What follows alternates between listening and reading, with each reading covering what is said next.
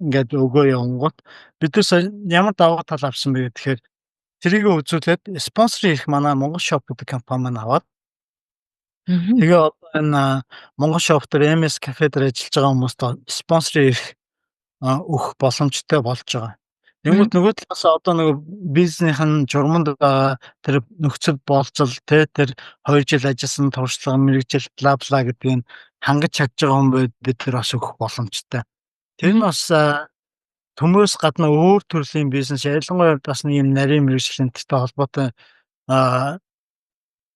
тэр чиглэлийн бизнес эрхлэх юм бол бас ингээд цаашдаа тий ажиллаж байгаа бол ажиллаж байгаа хүмүүс нь хамтдаа доктортой удаан ажиллах тэр боломж бас байд юм гэдгийг хараад одоо яг нэг Монгол Shop дээр бид нар нэм спонсор ирэх авсандаа амар баяртай дээ. Ямар ч одоогоор 2 хүний аплай хийчихэл үлээгээл явж байгаа.